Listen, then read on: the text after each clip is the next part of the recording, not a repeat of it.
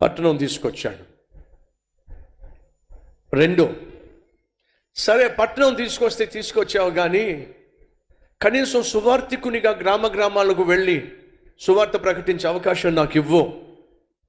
సువార్థికునిగా నన్ను వాడుకో, ఎవాంజలిస్ట్గా నన్ను వాడుకో.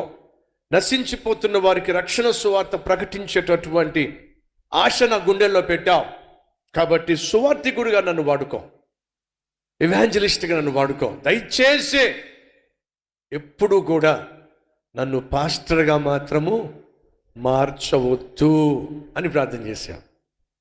అడవుల్లోకి వెళ్ళి ప్రార్థన చేద్దాం, అడవుల్లోకి వెళ్ళి నీ ప్రేమను గురించి సువార్తను ప్రకటిద్దామంటే అది కాకుండా చేసావు. పట్టణం తీసుకొచ్చావు. సరే పట్టణం తీసుకొచ్చావు కానీ ఒక సంఘానికి కాపరిగా చేయొద్దు. నశించిపోతున్న వాళ్ళు, క్రీస్తు ప్రేమ తెలియక నశించిపోతున్న వాళ్ళు కోకొల్లలుగా ఉన్నారు కనుక వాళ్ళ దగ్గరకు వెళ్ళి సువార్త ప్రకటించే అవకాశం నాకు ఇవ్వు. దయచేసి నువ్వు పాస్టర్గా మాత్రం నన్ను చేయొద్దు అని ప్రార్థన చేశా. 1995లో దేవుడు నాతో మాట్లాడాడు. అతి పెద్ద సంఘాన్ని నేను నీ కోసం సిద్ధం చేస్తున్నాను. మీరు చప్పట్లు కొట్టారు కానీ నా పరిస్థితి ఆలోచించండి. నేను చేసిన ప్రార్థన ఏమిటి? నన్ను పాస్టర్ని చేయొద్దు ప్రభువా, గ్రామాలకు వెళ్ళి సువార్థికునిగా నీ ప్రేమను ప్రకటించుకుంటూ ఉంటాను అని అంటే ఆ ప్రార్థనకు జవాబు రాలా. సో ఒకవేళ నేను అడిగినట్టుగా ఒకవేళ ప్రభువు నా ప్రార్థనకు జవాబిచ్చి నన్ను అడవికి పంపించినట్లయితే ఆ అడవుల్లోనూ ఆ కొండల్లోనూ ఉన్నటువంటి ఒక 1000 మందికో 500 మందికో 200 మందికో సువార్త ప్రకటించి అక్కడే నా జీవితం కనుమరుగైపోయేది. ఆ ప్రార్థనకు దేవుడు జవాబు ఇవ్వకపోవడానికి కారణం తెలుసా? కోట్ల మందికి సువార్త ప్రకటించాలి అని. ఒకవేళ సువార్థికునిగా నలుదిక్కులకు వెళ్ళి వాక్య పరిచర్య చేస్తే నేను చేసిన వాక్య పరిచర్య యొక్క ప్రతిఫలం ఏమిటో నాకు తెలిసేది కాదు. సాధారణంగా సువార్థికుడు వాక్య పరిచర్య చేసిన తర్వాత ఎవరు రక్షించబడ్డారో, ఎవరి జీవితం కట్టబడిందో, ఎవరిలో మార్పు వచ్చిందో తనకు తెలుసుకోవడం సాధ్యం కాదు. ఎందుకంటే ఆ పట్టణానికి వెళ్తాడు, వాక్యం చెప్పేసి వెళ్ళిపోతాడు.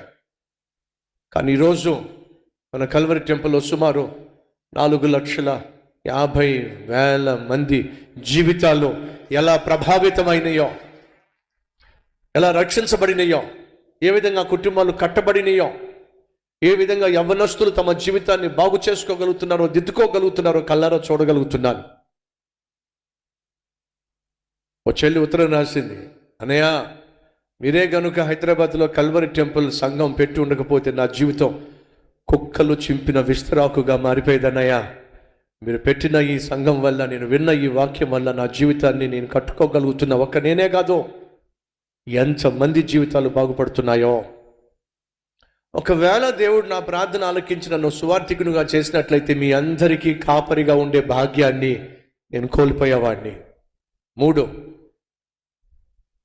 నా జీవితంలో 45 సంవత్సరాలు వచ్చినప్పుడు ప్రార్థన చేశా. ఏడో తెలుసా? ప్రభువా చాలు ప్రభువా, అద్భుతమైన టీవీ పరిచర్య ఇచ్చావు చాలు,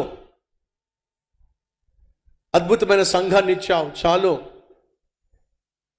అద్భుతమైన కల్వరి మహిమోత్సవాలు ఇచ్చావు చాలు ప్రభు, ఇంకేం కావాలి ప్రభు నాకు అని చెప్పి నేను ప్రార్థన చేస్తున్నప్పుడు దేవుడు నాతో ఏమన్నాడు తెలుసా? చాలు చాలు చాలు అంటావేమిటి, కల్వరి టెంపుల్ చాలు అంటావేమిటి? దయచేసి గమనించండి, ఎప్పుడూ కూడా కల్వరి టెంపుల్ బ్రాంచెస్ స్టార్ట్ చేయాలి అని చెప్పి ఒక్కసారి కూడా ప్రార్థన చేయాలి. ఏ రోజు కూడా కల్వరి టెంపుల్కి బ్రాంచెస్ ఉండాలి, బ్రాంచెస్ స్టార్ట్ చేయాలి అనే ఆలోచన కానీ ఆ తలంపు కానీ నాకు రానివ్వాల.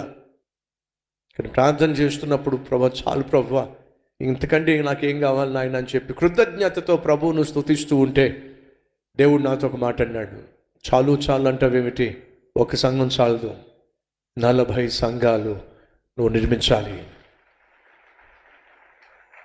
మీకేం అర్థం అవుతుంది? చేసిన ప్రార్థన ఒకటి, దేవుడిచ్చిన జవాబు మరొకటి.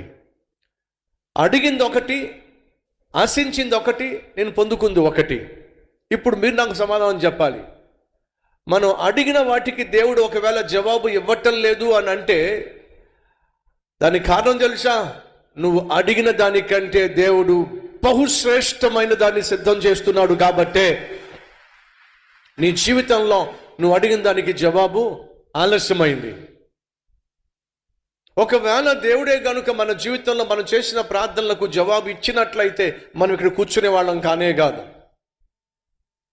ఎందుకని మన జీవితంలో రకరకాల ఎమోషన్స్ గుండా వెళ్తూ ఉంటాం. అమ్మ సహోదరులు, మీ ఆయన కొట్టాడు, మీకేమనిపిస్తే?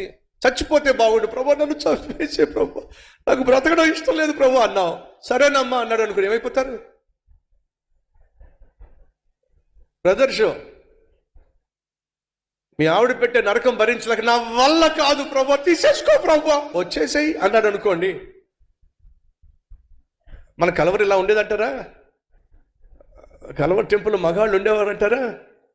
అర్థమవుతుందా? మనం చేసిన ప్రార్థనలకు దేవుడు నిజంగా జవాబు ఇచ్చినట్లయితే ఎప్పుడో పోయేవాళ్ళం. ఆ మాటకు వస్తే సతీష్ కుమార్ ఎప్పుడు వెళ్ళిపోయేవాడు. ఈరోజు దేవుడు మనల్ని అర్థం చేసుకుంటున్నాడు. కాబట్టి నువ్వు కొన్నిసార్లు చిన్న వాటిని ప్రార్థన చేస్తున్నప్పుడు దేవుడు నీకు జవాబు ఇవ్వనప్పుడు, ప్రభా ఏంటి ప్రభా నాకు జవాబు ఇవ్వటం లేదు అని నువ్వు వాపోతున్నావు, దేవుడి మీద అలుగుతున్నావు. కానీ ఈరోజు కల్వరి టెంపుల్ని నేను చూస్తున్నప్పుడు నేను చెప్పగలిగింది ఏమిటాయా అంటే, Calvary temple is not the answer to my prayers, is the answer to God's plans. ఇది నా ప్రార్థన వల్ల పుట్టుకొచ్చిన సంఘం కాదు, దేవుని యొక్క ప్రణాళిక వలన పుట్టుకొచ్చిన అద్భుతమైన సంఘం. చెప్పి ముగించేస్తా.